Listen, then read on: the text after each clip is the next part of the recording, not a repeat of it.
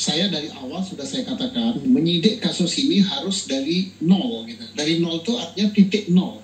Titik nol itu dimulai dari kejadian tanggal 27 bulan Agustus 2016.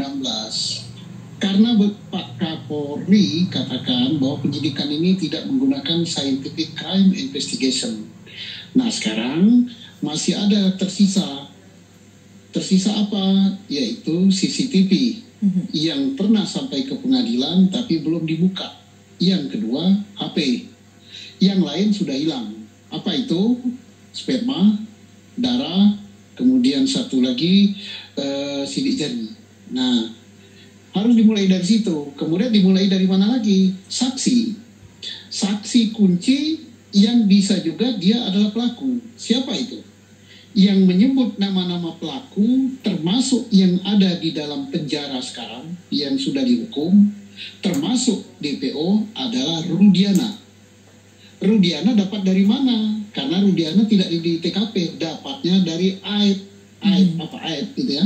Nah, makanya yang harus diperiksa secara benar itu Aib. Nah, Aib ini ada dua kemungkinan. Kemungkinan pertama, dia berbohong. Kemungkinan kedua, dia ada di TKP dan dia adalah pelaku. Nah, tinggal bagaimana teknik pemeriksaannya supaya dua kemungkinan ini terjawab, bohong atau pelaku. Kalau bohong, maka dia sudah jelas terkena hukuman, ya 7 tahun apa berapa itu, saksi di bawah sumpah memberikan keterangan palsu, ya harus kena. Nah sekarang Rudiana juga gitu, harus diperiksa. Rudiana harus jujur dari mana dapat tahunya, kenapa ditangkap. Nah setelah itu kalau dia dimulai dari titik nol, maka tidak akan terjadi salah tangkap seperti sekarang Peggy sekarang. Ya, dan kemudian harus kembali dengan teknik penyidikan, yaitu yang basic sekali. Apa sih penyidikan? Penyidikan buat terang suatu peristiwa. Nah sekarang peristiwanya apa? Ditemukan 2 jenazah di atas jembatan, laki dan perempuan. Maka polisi harus ungkap, apakah ini kejahatan apa bukan? Ternyata disimpulkan kejahatan, pembunuhan dan perkosaan. Kalau sudah begitu, baru cari alat buktinya. Untuk alat buktinya dikumpulkan dari TKP itu. Setelah alat buktinya terkumpul, baru cari pelaku. Tetapi yang terjadi di Cirebon tidak demikian. Dijungkir balikan. Ini prosesnya masih terus berlanjut. Jika kemudian Pak Susno ada keyakinan itu, tapi kan ini masih perlu diuji.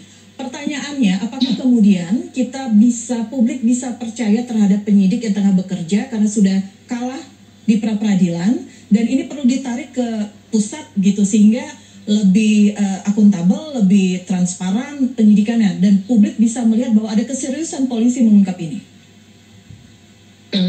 Cara mengujinya bahwa mereka bukan pelaku, bukan polisi yang mengujinya, tetapi diuji oleh pengadilan melalui prosedur hukum peninjauan kembali. Ya, peninjauan kembali. Apakah mereka pelaku sebenarnya atau bukan. Yang kedua, apakah perkara ini perlu ditarik ke Mabes? Tidak perlu.